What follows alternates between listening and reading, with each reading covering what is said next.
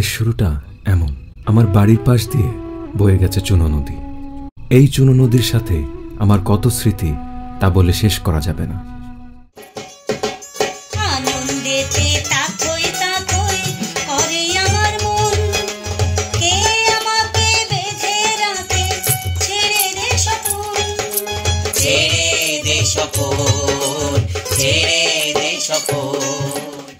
ছোটবেলায় সারাদিন এই নদীকে ঘিরেছিল আমার জীবন। নদীতে সাঁতার কাটা, সরসরি খাওয়া, কাদার মধ্যে লুটোপুটি খাওয়া, আরও কত কি।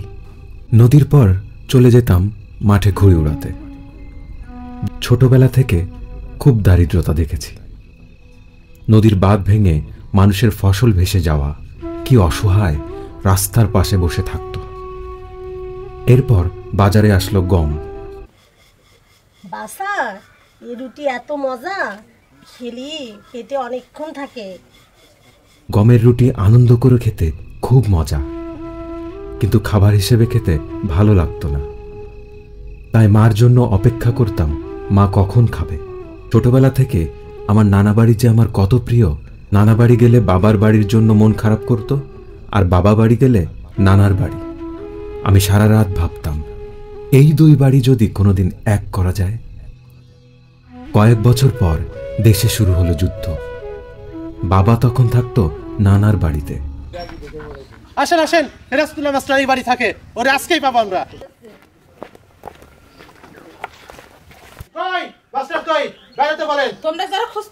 রাজাকাররা বাড়ি ঘেরাও করে বাবাকে ধরতে পারল না। বাবা তার কিছুক্ষণ আগে পিছনের রাস্তা দিয়ে পালিয়ে গিয়েছিল। যুদ্ধের সময় আমি মুক্তিযোদ্ধাদের গান শুনতাম। এরপর বাংলাদেশ স্বাধীন হলো। স্বাধীন বাংলাদেশে বাবা ফিরে আসলো। আমার মায়ের কোল জুড়ে আমাদের 4 ভাইয়ের একটি বোন আসলো। বোনকে হাতে তুলে নিয়ে বাবা বলল, আজ থেকে ওর নাম হবে মুক্তি। ওই বছর আমি প্রথম স্কুলে গেলাম।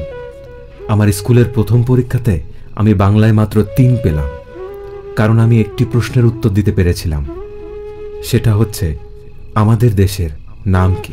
যৌবনকালে আমার বড় মামার কাছ থেকে আমি অনেক কিছু শিখেছি। মামা প্রথমে পানিয়া জনকল্যাণ সমিতি শুরু করে, পরে লাইব্রেরি ও নোংরখানা তৈরি করে, খেলার মাঠ। তখন আমি কলেজে পড়ি। আমি খুব ভালো ফুটবল, ক্রিকেট ও ব্যাডমিন্টন খেলতে পারি। এরপর আমরা বন্ধুরা মিলে প্রথম সংগঠন শুরু করলাম, যে সংগঠনের নাম ছিল ধূমকেতু। 5 জন বন্ধু মিলে শুরু করেছিলাম বলে সবাই আমাদের পঞ্চ পাণ্ডব বলে ডাকত। শুরু করলাম গ্রামের মানুষের জন্য ব্যবসায়ী উদ্যোগের রাইস মিল। পানিয়া জনকল্যাণ সমিতির মাঠে আলু লাগালাম, ইরি ধানের চাষ করলাম। ইতিমধ্যে আমার বিশ্ববিদ্যালয় জীবন শুরু হয়ে গেল। ওখানে সুমন সাহিত্য গোষ্ঠী তৈরি করলাম Lyceum knowledge sharing centre. University থেকে বেরোনোর পর আমার এক মামা আমাকে এনজিও করার জন্য উদ্বুদ্ধ করে। গ্রামে এসে যোগ দিলাম মানব সম্পদ উন্নয়ন সংস্থায়। একেবারে মাজায় দড়ি বেঁধে কাজ শুরু করে দিলাম। ধীরে ধীরে আমার সেই মামা আমাকে তার প্রতিদ্বন্দ্বী হিসেবে ভাবতে লাগলো। এক পর্যায়ে আমি সংস্থাটি ছাড়তে বাধ্য হলাম। আমার সামনে ছিল 2টি রাস্তা, আমি এনজিও করব নাকি চাকরি করব।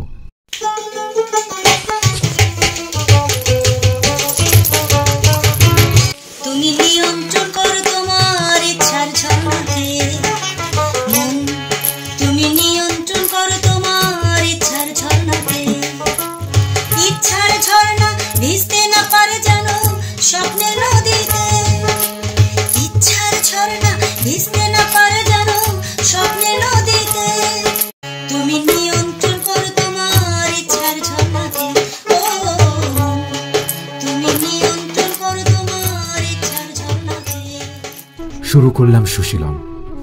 একে একে শুরু করলাম মানুষের জন্য কাজ, আর মনে বিশ্বাস করলাম মানুষ অসীম সম্ভাবনার আধার। আমার ওই দিনের ইচ্ছাটা আমাকে পৌঁছে দিয়েছে শত মানুষের দ্বারে, আমাকে দিয়েছে একটি নতুন পরিবার।